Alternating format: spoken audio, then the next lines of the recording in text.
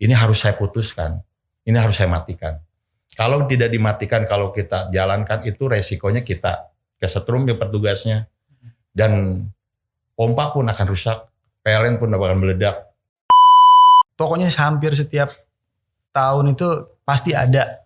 Biasanya ya nggak tahu mistis atau gimana, itu biasanya memasuki musim banjir itu atau berakhiran gini pasti ada aja ditemukan mayat gitu. Kita kalau tengah malam ada yang nyangkut ya harus turun di air itu. Sedangkan di air itu malam-malam Pak macam-macam. Ada apa ya? Biawak, ular, ya kadang-kadang mayat. Ya Allah, pernah aja gitu. mayat Bang? Ada mayat.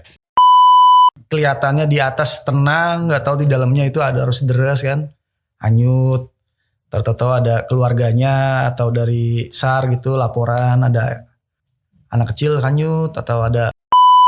Kalau dilihat Kali Sunter dengan posisi pompa kita, kalau lagi pas rob lebih tinggi airnya Kali Sunter.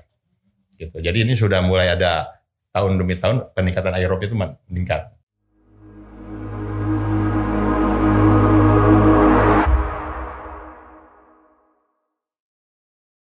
Assalamualaikum warahmatullahi wabarakatuh. Selamat datang di FGD Jakarta, podcastnya fraksi Partai Gerindra untuk masyarakat Jakarta. Tepuk tangan buat kita semua.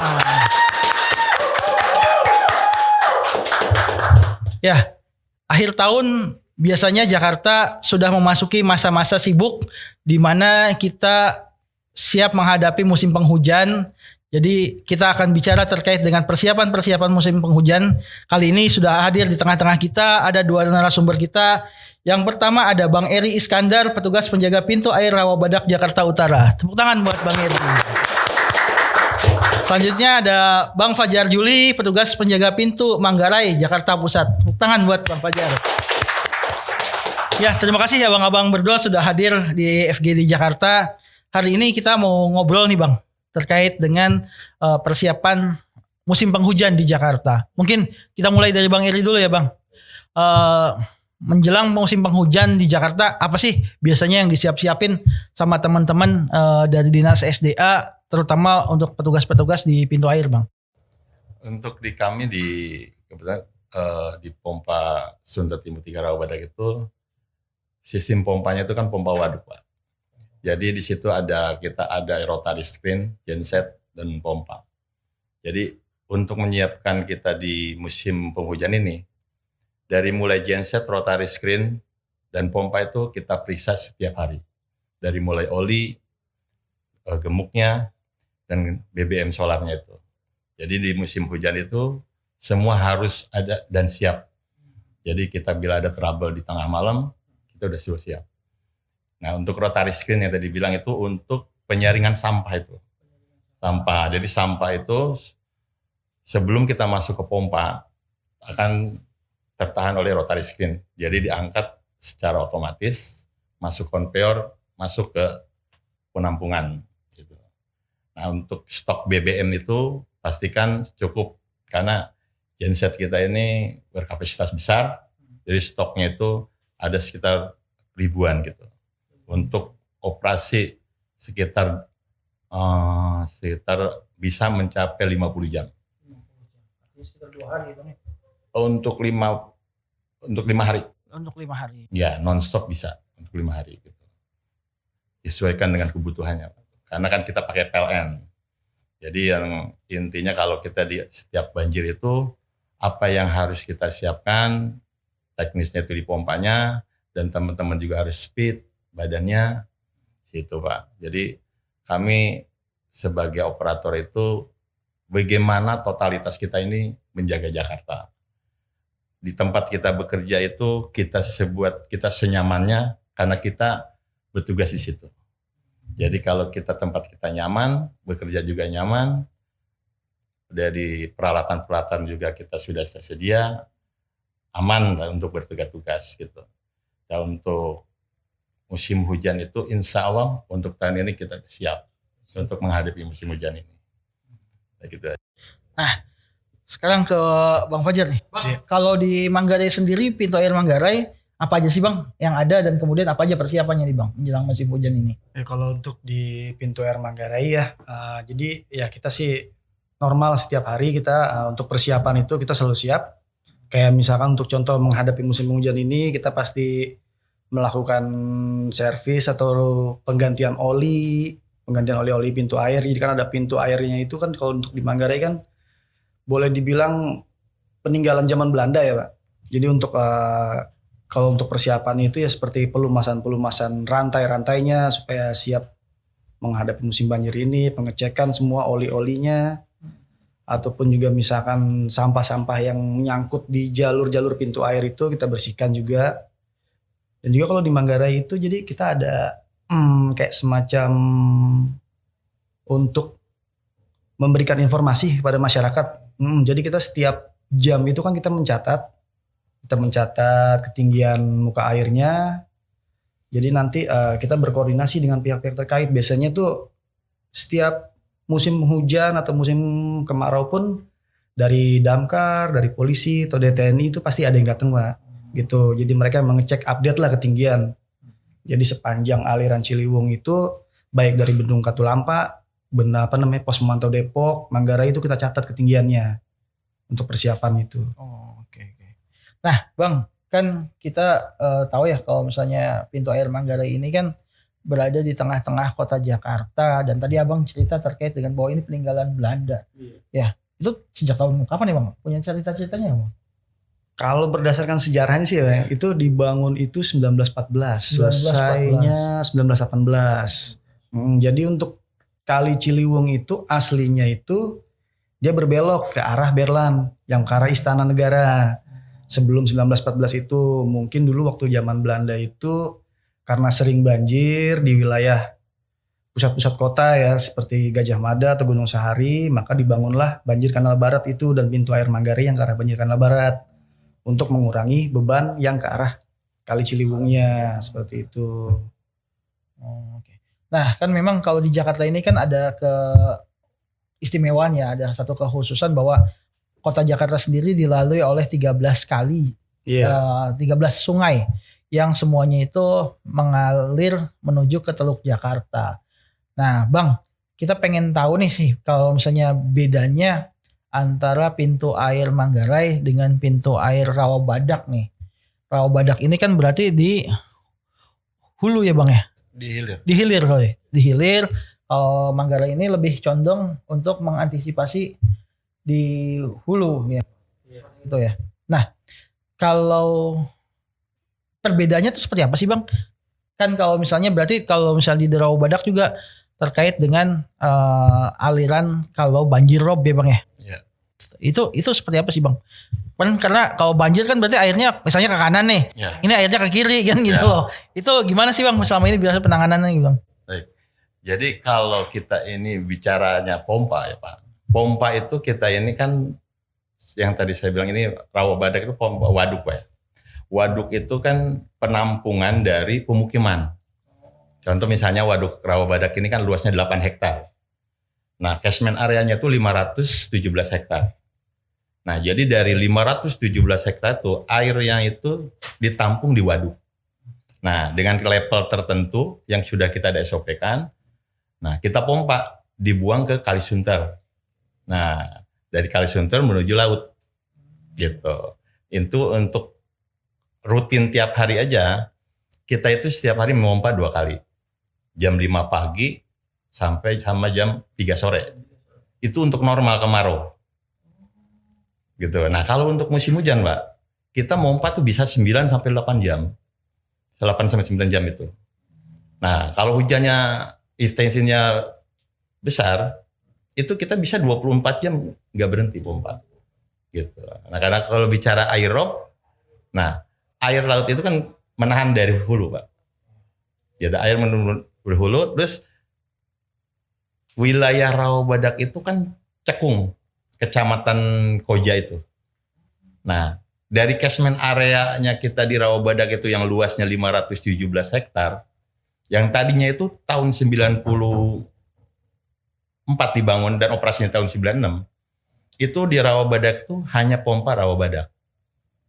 Nah, sekarang ada pompa baru di 2007 dibangun, pompa Pinang. Ditambah lagi pompa Lagoa. Nah, tapi itu masih ada genangan di beberapa RW. Padahal waduknya sudah rendah. Di pompa Pinang ataupun Lagua pun itu sudah rendah. Nah, kendalanya itu di Rawabadak itu daerahnya sudah kayak mangkok. Gitu. Jadi airnya itu untuk masuk ke kita ke waduk itu ngantri. Gitu. Nah, jadi kadang-kadang dari Babinsa, Kantipmas, Satpol PP, dari Kecamatan Kelurahan dan PPSU di daerah sana masih banjir. Nah, di pompa kita udah minus. Nah, itu kendalanya itu Pak. Kendalanya itu airnya itu di daerah pemukiman di daerah wilayah Koja itu sudah cekung. Mangkok ya begitu mangkok gitu. Nah, kita ada di pinggir kalinya agak tinggi. Aja tuh masuk ke PHB-nya itu agak lambat. Gitu kendalanya itu di situ. Itu juga banyak juga ya tuh ya. Kendala-kendalanya itu kenapa agak lambat masuk ke waduk itu salah satunya tuh sampah. Karena kita tuh sampah itu kalau untuk normal aja bukan musim hujan, Pak. Kita tuh sekali pompa itu bisa nyampe 5 kubik sampahnya. Sekali pompa itu. Karena kebetulan di PHB-nya tuh kita tuh ada kendala di saringannya yang dikelola oleh UPK gitu. Sebagian ada yang karena menghambat malah jadi hambatan jadi dibuka, akhirnya langsung ditanganin di rotary screen kita. Nah itu sampah per kita pompa aja Pak sehari itu bisa 5 kubik. Nah kalau untuk musim hujan itu bisa 3 kali lipat. Gitu sampah-sampah. Makanya itu kendalanya pompa itu masalah untuk himbauan ke masyarakat itu sampahnya Pak. Karena sebagusnya program pemerintah seperti apa, kalau tidak didukung dengan masyarakatnya sendiri untuk tidak membuang sampah sembarangan, ya kita program pemerintah juga gak maksimal gitu. Nah, menarik sih Bang. Nah, saya mau nanya ke Bang Fajar nih Bang. Bang, selama ini kan kita kenal bahwa salah satu pintu yang kemudian sering hits, tadi Abang juga bilang bahwa yang kalau di tongkrong ini pasti Manggarai. Benar. Sebenarnya ruang cakupannya itu di mana aja sih Bang? Dan itu tuh seurgensi apa pintu air Manggarai itu Bang? Kalau pintu air Manggarai boleh dibilang untuk di Jakarta ini pintu air pertama ya, untuk Kali Ciliwung ya. Pintu air pertama itu di Jakarta itu untuk Sungai Ciliwung itu adanya di pintu air Manggarai. Jadi fungsinya pintu air Manggarai itu untuk membelah aliran antara yang ke banjir Kanal Barat dan ke Sungai Ciliwung seperti itu. Jadi kalau misalkan di Katulampa naik gitu kan, misalkan ada banjir, kalau kota itu kan banjir dari Bogor gitu kan. Nah, jadi nanti kita pantau terus tuh. Kita pantau terus. Jadi sebelum sampai di Jakarta kan ada kurang lebih itu sekitar 12 jam ya perjalanan dari Katulampa. SOP-nya ya biasanya gimana tuh Bang? Iya, itu kan dari Katulampa sampai dengan Jakarta itu kurang lebih 12 jam. Ya, setengah hari ya. 12 jam. Jadi nanti kita pantau tuh laporan dari Katulampa seperti apa. Nanti ada lagi peningkatan pemantauan lagi di pos Depok seperti apa gitu kan. Jadi sebelum air kita sampai di Jakarta, itu kita buka dulu pintu airnya jadinya. Walaupun dengan ukuran standar di musim kemarau itu pasti kita ada bukaan ya kecil ya. Karena untuk mengalirkan ke Ciliwung itu supaya tidak ada nyamuk atau tidak ada membuang sampah di bantaran kan, itu tetap kita buka. Tapi kalau misalkan ada peningkatan dari Katulampa, itu pasti kita tambah bukaannya seperti apa gitu. Sambil melihat situasi-situasi di lapangan. Nah, itu sebelum kita misalnya dari Katulampa nih sudah ada warning bahwa kenaikan pintu air sudah tinggi. Nah, sebelum masuk ke Manggarai itu melewati berapa pos ya Bang? Dari Katulampa itu ada pos pemantauan lagi Depok doang aja. Depok. Jadi dari Katulampa ke pos pemantau Depok itu kurang lebih 3 jam. 3 jam. 3 jam itu nanti kita catat lagi di pos pemantau Depok ketinggiannya berapa. Nah itu dari pos pemantau Depok itu ke Jakarta itu kurang lebih 6 jam. 6 jam. Jadi ada spare waktu 6 jam itulah untuk kita berpersiapan untuk mengurangi debit yang ada di Kali Ciliwung itu supaya sebelum masuk Jakarta dan juga sebagai peringatan dini untuk warga-warga yang di bantaran. Biasanya itu peringatan dininya dari SDA juga yang ngeluarin atau kemudian seperti apa sih Bang mekanismenya Bang? Ya kalau untuk di SDA kita seperti ada di pompa ya, di pompa atau di pintu air kita laporan tetap tiap jam. Kita tiap jam pasti laporan ketinggiannya seperti apa. Jadi kalau untuk di pintu air Manggarai itu kita mencatat di pos Katulampa kita catat, pos pemantau Depok kita catat, untuk Manggarai sendiri kita catat juga. Untuk ketinggian di Istiqlal, di Marina itu semua kita catat. Jadi untuk bagaimana kita membagi aliran air itu, melihat situasi di kondisi di lapangan. Jadi memang pembagian airnya tuh justru di Manggarai itu ya Bang? Iya. Di Manggarai agar itu biasanya terdampaknya ke arah mana aja sih Bang? Kalau misalnya kemudian ada masalah di pintu air Manggarai nih.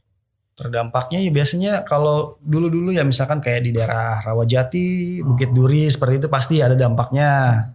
Nah kalau untuk yang ke arah Ciliwung itu kan kita sebisa mungkin kan tidak terjadi banjir di pusat-pusat kota ya, kayak seperti Gunung Sahari itu. Nah nanti kalau untuk kali Gunung Sahari itu kan, kali Ciliwung yang ke arah Gunung Sahari itu kan ada kapasitasnya, kapasitas maksimum.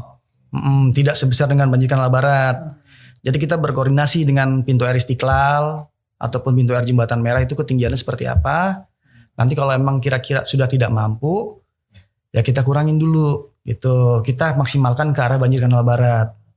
Oke, jadi pintu air banjir Kanal Barat ini semacam apa ya, media untuk menakar ya, mengatur bahwa sana sudah maksimal, berarti ini dibuka, ini wadahnya ya. Iya, gitu ya, Bang, ya? Karena kan untuk kapasitas banjir Kanal Barat kan lebih besar. Iya, berapa lebih Bang besar. kapasitas itu Bang? Kapasitasnya itu kalau untuk yang 3 pintu air yang ada di Manggarai itu yang mengalir ke arah banjir Kanal Barat itu bisa sampai 570 meter kubik per detik. Nah kalau untuk yang ke Ciliwung Lama itu hanya 50. Kapasitasnya sendiri banjir Kanal Barat itu berapa kubik itu Bang? Untuk kapasitas kurang lebih seperti itu sih kayaknya. Tapi untuk kapasitas pastinya kita kurang tahu ya. Karena kan kalau saya kan tugasnya di pintu air Manggarai, jadi yang bisa kita alirkan ke banjir Kanal Barat itu maksimal itu 570 meter kubik per detik. Nah kan tadi kita udah ngomongin terkait dengan masalah teknis nih di lapangan, bahwa pintu air ini fungsinya seperti tadi. Nah kita mau ngobrolin yang lebih private nih Bang, lebih cerita-cerita yang mungkin Abang pernah alami, suka dukanya lah menjaga pintu air. Karena abang-abang ini kan orang-orang yang kemudian pasti ditunjuk paling pertama atau kemudian ditanya paling pertama gimana kondisi kan gitu. Yeah. Nah itu gimana sih Bang selama ini? Kan Jakarta sendiri dari dulu tuh punya sebutan apa, siklus 5 tahunan banjir Jakarta nih. Nah tapi kesini-sini kan istilah siklus 5 tahunan ini kan nggak berjalan ya Bang ya. Nah mungkin ada cerita-cerita Bang, suka dukanya, atau Abang mungkin bisa ceritain dulu zaman-zaman siklus 5 tahunan ini banjir besar Jakarta 2017 tuh. 2017 ataupun sebelumnya. Nah ini seperti apa Bang, cerita-cerita dulu. Di pintu air Manggarai ya. Jadi kan kalau saya itu mulai bekerja di pintu air Manggarai itu 2014 ya. 2014 itu saya mulai mengalami banjir itu pertama itu di 2015 awal. Itu lumayan banjir besar. Ya itu ibaratnya suka dukanya ya paling nggak tidur berapa lama udah Bang? Bisa nggak pulang berapa hari ya, ada sekitar kurang lebih 4 hari 5 hari itu nggak pulang. Posisinya juga waktu itu baru menikah. Ditinggal. Jadi mesti ninggalin istri kan. Iya. Kadang-kadang seperti itu. Jadi kalau misalkan sampah juga banyak di pintu air Manggarai dulu kan, sebelum sekarang kayak sekarang ini udah enak kan, udah ada sodetan, bukan sodetan, apa namanya, penyekatan lagi dari UPK Badan Air itu di daerah TBC Matupang. Jadi sampah di Manggarai itu berkurang. Kalau dulu Pak bisa dari pintu air sampai jembatan itu tuh full penuh sampah semua, berbagai macam sampah. Itu pusing banget.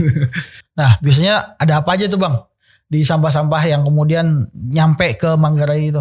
Sampah banyak Pak. Ada ya itu dia, batang pohon yang besar ada, genteng, galon, terus apa namanya, tabung gas itu banyak. Kalau lagi musim banjir itu pasti warga-warga sekitar banyak yang ke situ.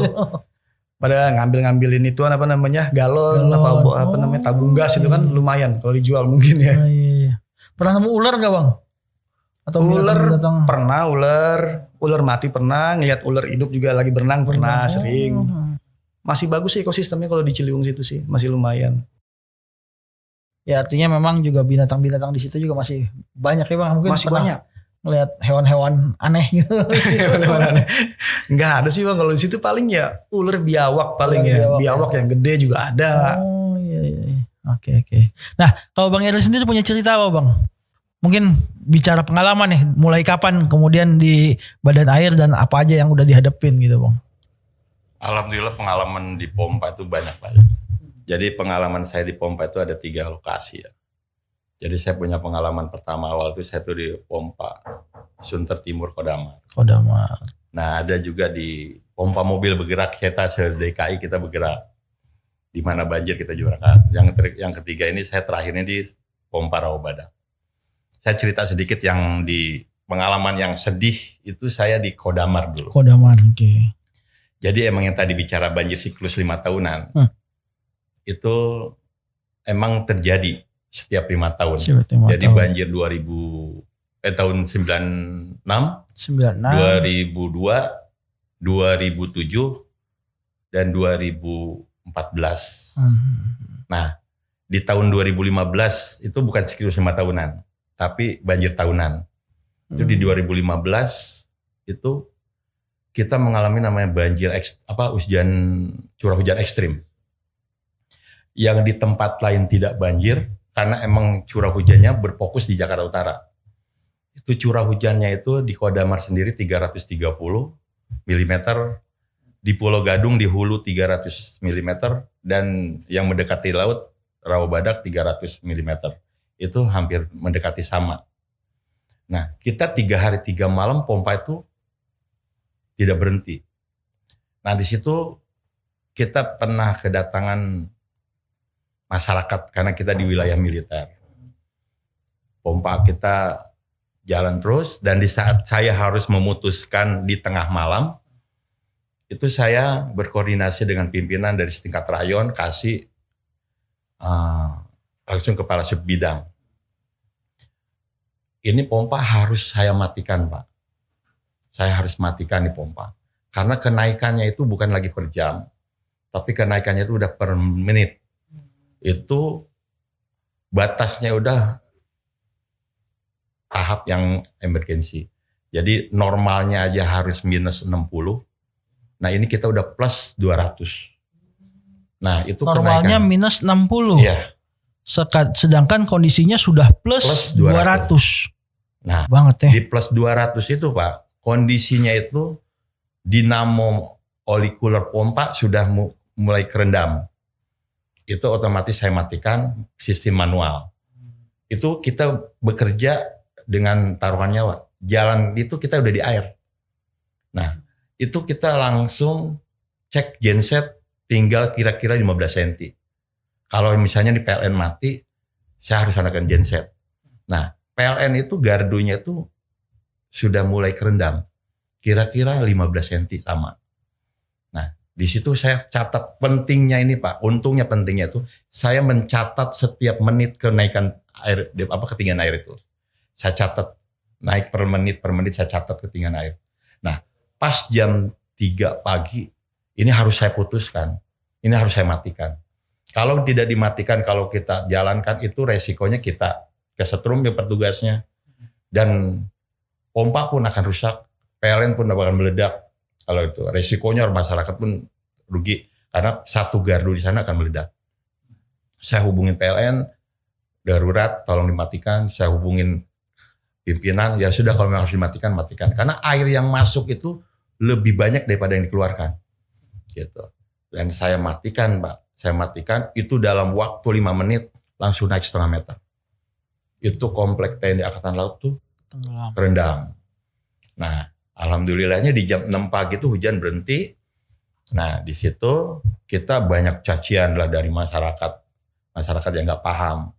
Dan kami pun dipanggil ke posko darurat punya TNI. Dan kebetulan sekali ada kunjungan wakil gubernur Pak Jarot.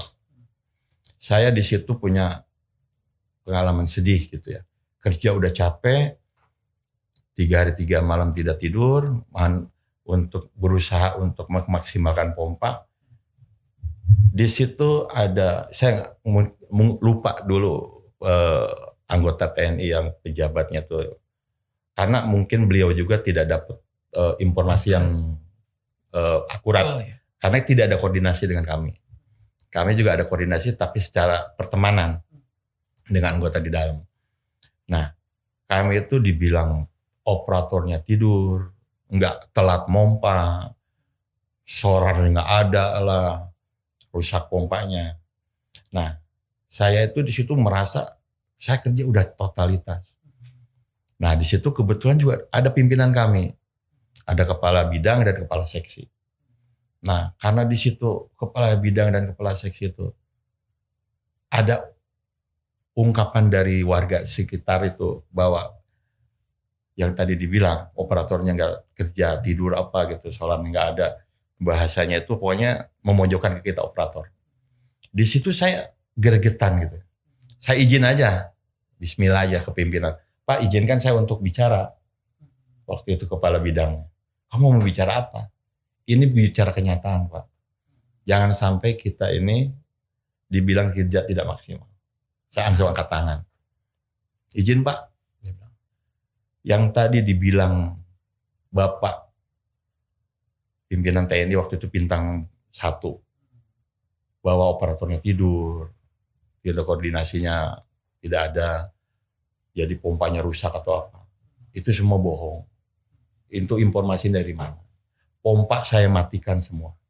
Itu inisiatif kami untuk menjaga keamanan kita sebagai operator kesetrum dan kerugian yang besar. Nah, di situ dan Pak Wagub waktu itu, "Yuk siapa?" Saya operatornya Pak, yang sudah bertugas 3 hari 3 malam tidak tidur. Mohon maaf, bila diizinkan, Bapak ikut kami ke pompa. Sekarang pompa keadaan hidup. Saya matikan pompa 1 hari. Karena air yang dimasuk itu lebih banyak daripada yang dibuang.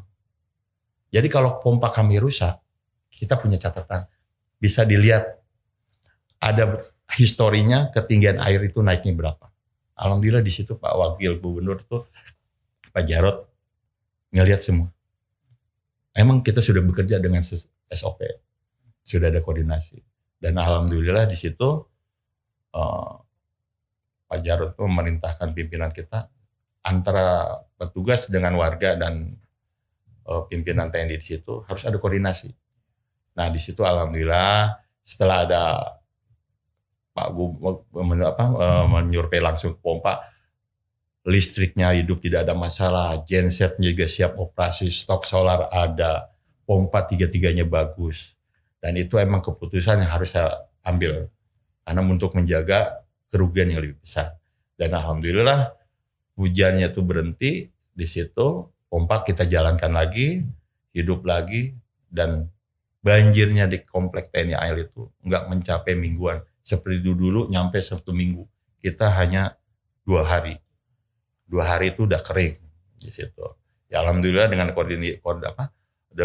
koordinasi seperti itu kita juga jadi diundang secara resmi, ada koordinasi dengan TNI, dan alhamdulillah sampai saat ini ada perhatian dari TNI ya dari kisah itu. Itu untuk yang paling saya alhamdulillah ada pengalaman di situ yang seandainya nggak saya ungkapkan, sampai nggak diungkapkan, saya terima aja tuh fitnahan itu gitu ya, yang nggak bagus itu, mungkin ya secara dinas juga akan negatif. Saya sebagai operator pun negatif, karena kalau nggak kita bantah itu dianggap benar oleh masyarakat. Mungkin itu Pak. Ya itu salah satu resiko tugas ya Bang. Resiko tugas di mana ketika posisi urgent tentunya kemudian kita harus memutuskan apakah kemudian kita mau mengambil resikonya, tentunya juga dengan pemikiran yang lebih luas gitu ya. Artinya jangan sampai kemudian mengakibatkan kecelakaan, mengakibatkan apalagi kalau sampai amit-amit korban jiwa. Nah ini yang kemudian diambil oleh petugas-petugas di lapangan nih. Nah saya mau nanya ke Bang Fajar nih Bang. Selama ini kan tentu juga tadi yang Abang ceritain bahwa sampah ketika posisi banjir ini salah satu yang kemudian jadi masalah urgent nih. Selama ini di nggak cuma Manggarai sebetulnya hampir semua pintu air bermasalahnya itu sampah gitu. Nah Bang punya cerita nggak Bang? Kira-kira pernah nggak ada hitungannya sehari ini nyampe berapa sih Bang sampah yang pernah masuk ke pintu air Manggarai yang sampai mungkin Abang juga kaget-kaget gitu. Ini kok banyak banget sampah gitu Bang. Punya ceritanya nggak Bang terkait itu Bang? Kalau sampah di pintu air Manggarai itu kalau lagi musim banjir itu terakhir itu pas 2019 itu itu sebelum COVID itu ya, masih Pak Anies masih itu waktu itu di standby juga Pak Anies di Manggarai. Itu UPK Badan Air itu bisa 20 sampai 30 truk itu sehari. Truk yang besar itu yang 20, 30 kapasitas kurang lebih 20 kubik itu. 20 kubik. Nah, tinggal dikaliin aja tuh. 20 kubik kali 20. Nah, segitu sampah-sampah yang masuk dalam satu pintu air. Kita bayangin tadi ada 34 pintu air di Jakarta. Gimana nggak mampet ya Bang? Iya benar. Nah, itu dalam proses penanganannya untuk sampah-sampah yang ada di pintu air itu gimana sih Bang? Biasanya Bang koordinasinya Bang? Koordinasinya yang jadi angkatnya siapa gitu? Apakah kemudian Petugas SDA sendiri atau ada unit lain yang ngebantu itu Bang? kalau sampah di pintu air Manggarai dari kita koordinasi sama UPK ya. Jadi ya kita di posisi di seberang sisi sebelah barat itu kita di SDA. Nah di sisi sebelah timur itu standby dari UPK Badan Air. Jadi begitu dapat berita ada peningkatan dari Bendung Katulampa, itu pasti kita langsung koordinasi dengan pihak UPK. Jadi mereka sudah standby. Jadi begitu sebelum sampah itu penuh, jadi mereka udah angkatin dulu. Itu udah angkatin dulu aja. Nanti begitu puncaknya banjir aja itu bisa sampai jembatan sampahnya. Apalagi kalau belum diangkat dulu ya. Jadi sebelum air sampai di Jakarta itu udah sampah datang sedikit langsung diangkat. Itu kalau gitu. Kalau misalkan di Manggarai itu lumayan sampahnya emang kalau lagi musim banjir. Karena macem-macem dia. Nah, sebelum kita lanjut nih Bang, kita mau nawarin kopi dulu nih biar lebih santai. Abang mau kopi? Kopi Pak? Boleh. Mbak Susi izin. Boleh kopinya. Ya Bang, sambil kita nunggu kopinya datang, kita mungkin ngobrol yang lebih santai-santai nih Bang. Jadi kalau tadi kan kita bicara suka duka pekerjaan, nah saya pengen tanya nih. Kan Abang tentunya dinas di pintu-pintu air ini kan 24 jam mempengnya. Iya. Bagaimana sih Bang sistem pembagian kerjanya Bang? Berapa hari masuk, berapa hari libur gitu. Terus kalau pas lagi banjir besar gitu gimana keluarga gitu Bang? Kalau di pintu air Manggarai kita total ada 9 personil ya. Nah, kita pembagiannya itu satu shift itu kita 3 orang. Standby selama 24 jam. Jadi satu hari masuk, kita 2 hari libur. Itu dalam kondisi normal kalau musim kemarau. Kalau misalkan misalkan lagi banjir itu kita nggak pulang, standby semua di situ. Walaupun nanti kita ada istirahat lah, kita ada ruangan istirahat di pintu air Manggarai itu disediakan kamar untuk kita istirahat. Jadi kita istirahat bergantian di sana. Tapi kita standby di sana tetap 24 jam, kita nggak pulang. Nah kalau Bang Eri sendiri Bang, ini kan kalau di pintu air Rawabadak ini kan nggak cuma terkait dengan masalah banjir, tapi juga ada rob ya Bang. Ya. Nah itu gimana sih Bang penanganannya ataupun berapa jumlah personel dan bagaimana sistem pembagian kerjanya? Personil di pintu air pompa Rawabadak itu kita ada 9 orang. Jadi setiap shiftnya ada 3 orang, kita masuk 24 jam, liburnya 2 hari. Nah untuk sistem kerjanya kita sehari-hari, kan nggak mungkin juga kita 24 jam itu tidak istirahat. Jadi pengaturannya kita diatur sebaik-baiknya sama teman. Jadi ada yang tidur, ada yang melek lah gitu ya. Itu dipastikan harus ada yang melek. Karena kalau kita total begadang semua, kita lelah semua. Gitu. Karena kan apalagi di Rawabadak ini mompanya itu kan jam 3 pagi. Itu udah pasti itu jam 3 pagi itu. Karena sesuai dengan SOP emang harus dipompa. Karena ketinggian air di Rawabadak itu, waduk itu udah konsisten setiap jamnya tuh 5 cm. Itu karena apa?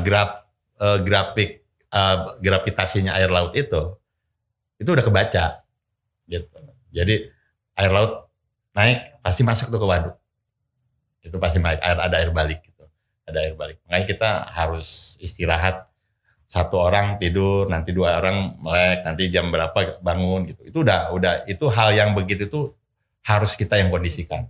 Yang penting kita harus tidur. Karena kalau kita pas mompa Pak, itu kita harus berbagi.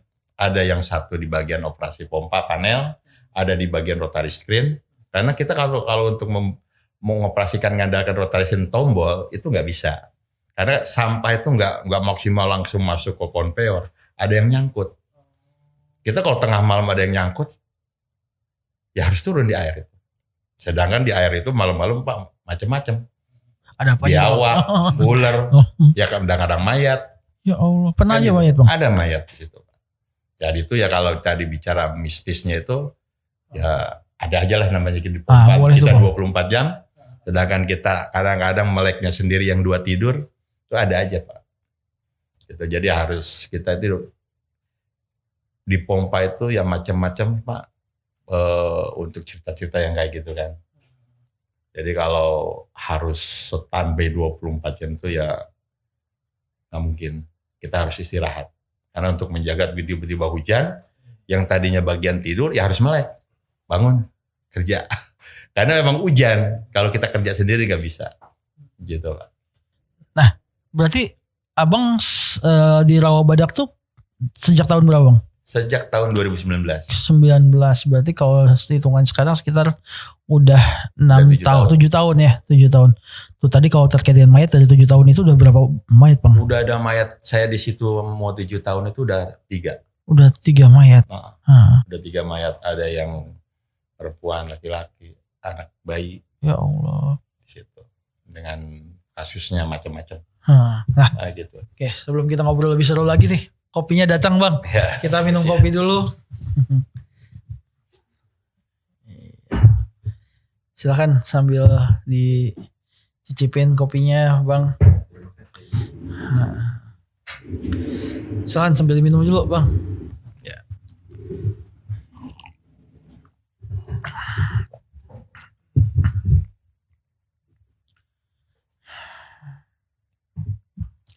Nah, kan kalau tadi ceritanya di pintu air Rawabadak, kalau di Manggarai sendiri pernah Bang kejadian-kejadian kayak gitu Bang? Ditemukan mayat gitu atau kemudian Sering Pak. Sering juga. Pokoknya hampir setiap tahun itu pasti ada.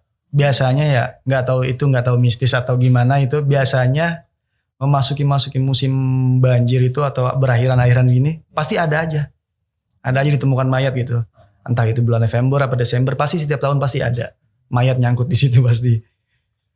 Oh, itu tuh berarti misalnya korban-korban yang tenggelam mungkin ya atau Biasanya seringnya anak kecil Pak. Oh. Anak kecil mereka main di bantaran sungai mungkin ke kan. bawah ya. Iya, kan kita nggak tahu arus kali, kelihatannya di atas tenang, nggak tahu di dalamnya itu ada arus deras kan, hanyut.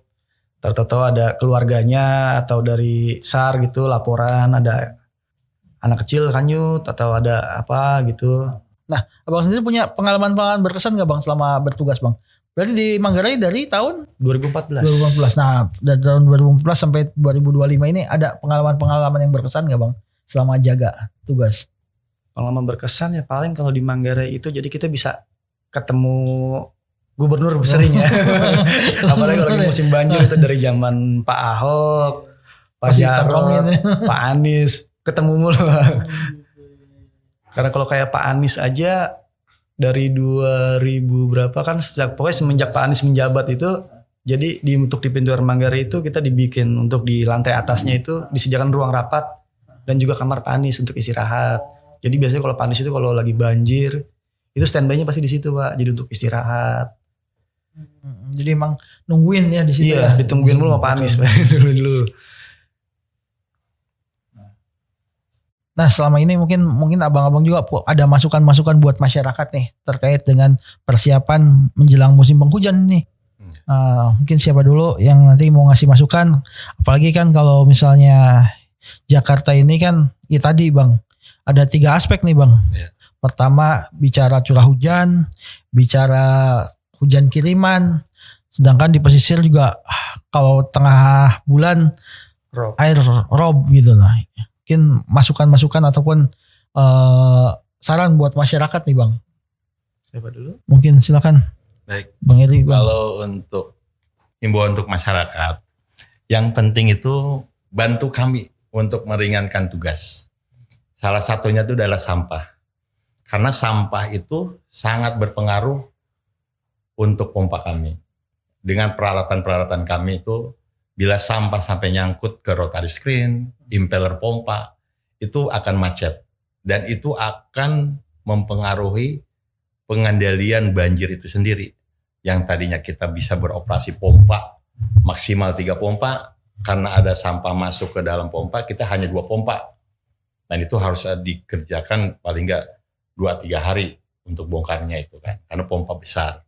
Jadi himbauan untuk masyarakat, buang sampah jangan sembarangan. Jadikan kali yang bersih, jangan buang sampah ke kali atau ke sungai, ke waduk.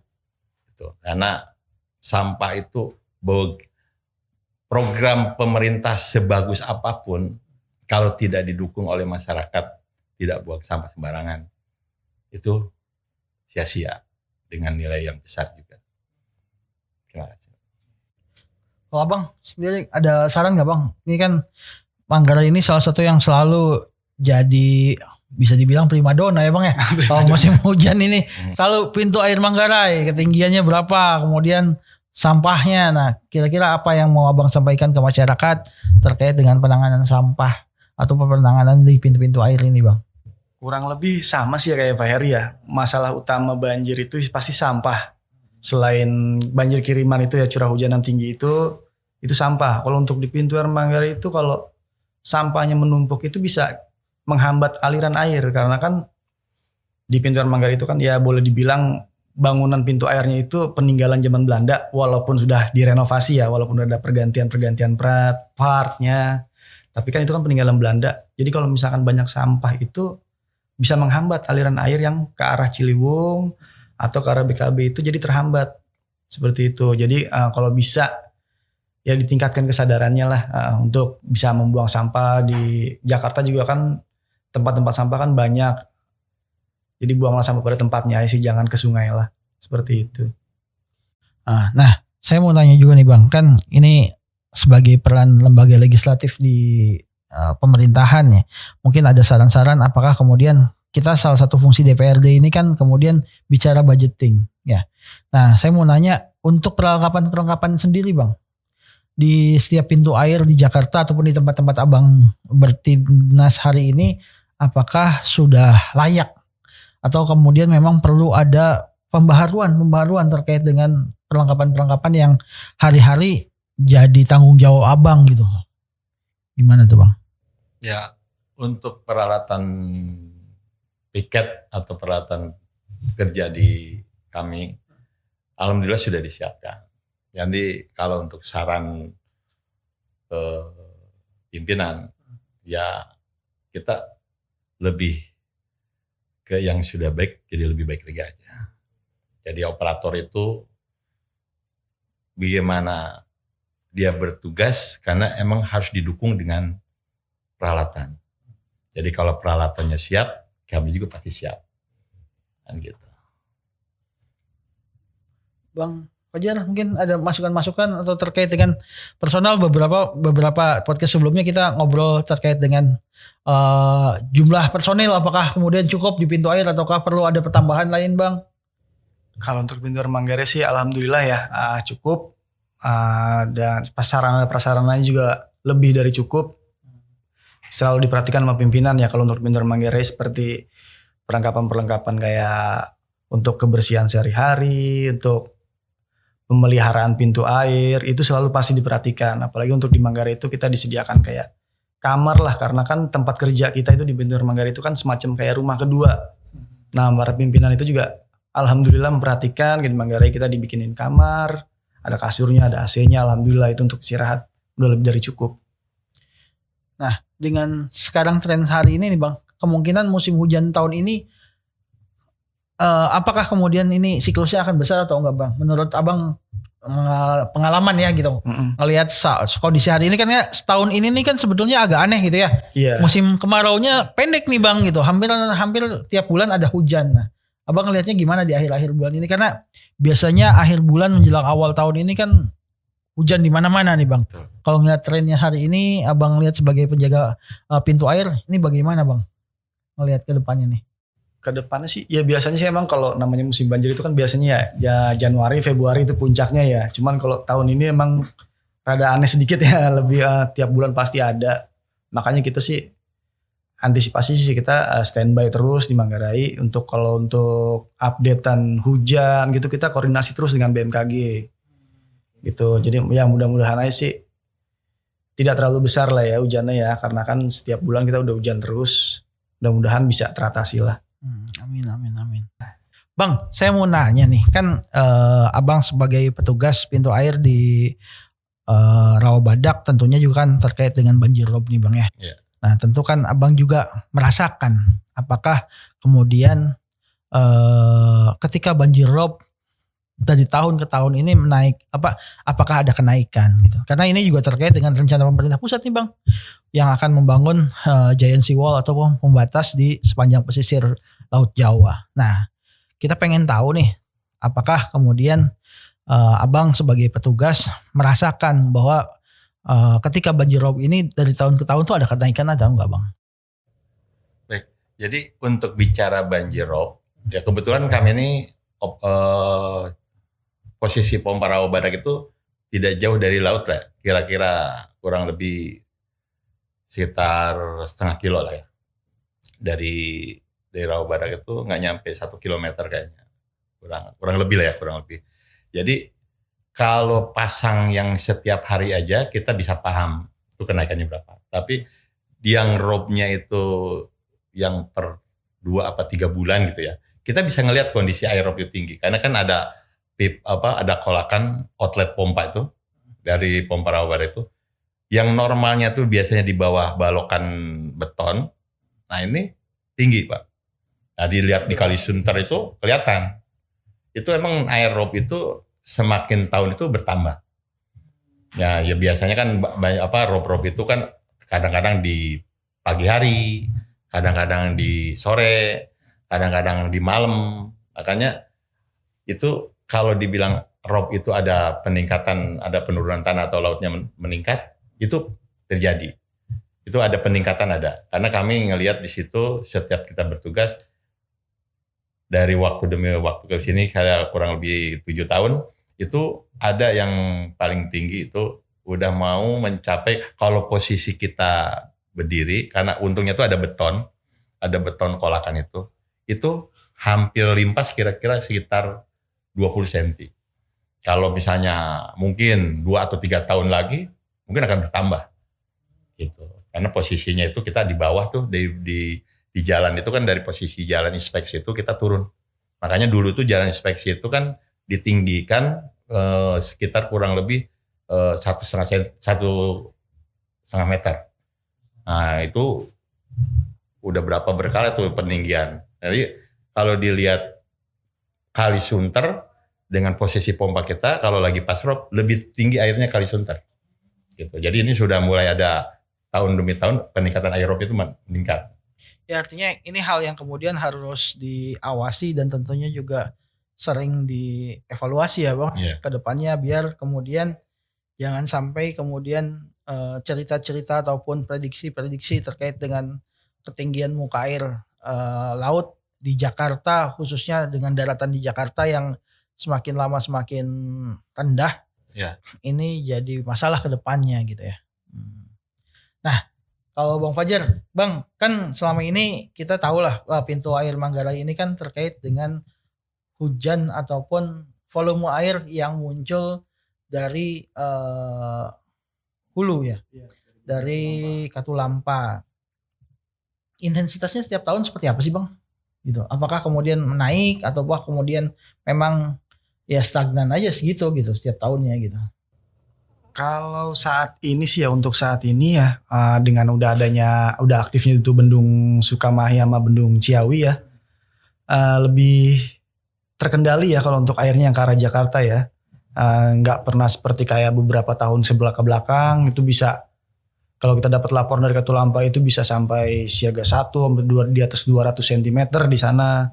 Kalau untuk beberapa tahun belakangan ini itu paling tertinggi itu misalkan dari Bendung Katulampa itu hanya siaga 3 atau siaga 2 itu udah turun lagi gitu. Mungkin dengan adanya Bendungan Ciawi itu mungkin agak sedikit membantu ya. Jadi emang ada efeknya ya Bang? Ada efeknya alhamdulillah. Emang. Nah ini banyak warga Jakarta mungkin belum tahu ya Bang. Kalau kemudian di Katulampa siaga 1, di Manggarai itu biasanya siaga berapa Bang? Kalau kemudian airnya sudah 12 jam nyampe ke Manggarai. Tergantung curah hujan juga ya di Jakarta ya. Karena banyak faktor juga. Misalkan dari Katulampa itu siaga 1 di atas 200 cm.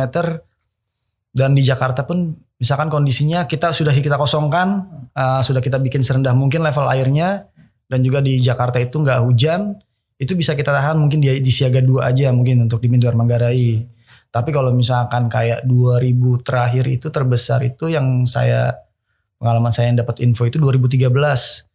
Itu di Katulampa mungkin hujan besar, di Jakarta juga hujan besar, itu di pintu air Manggarai itu ketinggiannya sudah melebihi pel skal air itu untuk alat membaca ketinggian air itu sudah melebihi itu. Sampai luber ke jalanan. Oh itu yang waktu sampai ke Bundaran HI itu ya? Iya sampai Bundaran HI jebol itu. Nah itu terkait dengan permasalahan-permasalahan seperti itu kan artinya memang kita ada 2 aspek ya. Satu sebagai petugas tentunya terkait dengan masalah pengamanan dan pengalaman. Dan tentunya juga kita juga harus mengingat masyarakat nih ya Bang ya. Apalagi terutama yang tinggal di bantaran-bantaran. Tadi sudah disampaikan terkait dengan jangan buang sampah sembarangan. Karena itu sangat berdampak nih di pintu-pintu air. Air mampet, kemudian saluran juga nggak steril gitu. Nah ini yang kemudian penting buat masyarakat juga pahami gitu. Nah oke, Bang, terima kasih atas kedatangannya hari ini Bang Eri, Bang Fajar. Mudah-mudahan kita Jakarta bisa lebih siaga, lebih siap lagi menghadapi musim penghujan. Mudah-mudahan gak banjir. Amin. Nah, mudah-mudahan kita juga bisa kemudian melakukan kegiatan yang maksimal untuk memastikan bahwa pintu-pintu air kita juga steril, pintu-pintu air kita juga terkoordinir dengan baik, sehingga masyarakat Jakarta di musim penghujan nanti juga bisa beraktivitas dengan baik ya Bang ya. Amin. Terima kasih Bang, mudah-mudahan semuanya sehat. Salam buat teman-teman di tempat tugasnya. Kita dari DPRD DKI Jakarta fraksi Partai Gerindra mengucapkan terima kasih atas dedikasinya selama ini. Mudah-mudahan Allah yang balas Bang. Nah, terima kasih. Sampai jumpa di podcast kita selanjutnya. Assalamualaikum warahmatullahi wabarakatuh. Waalaikumsalam.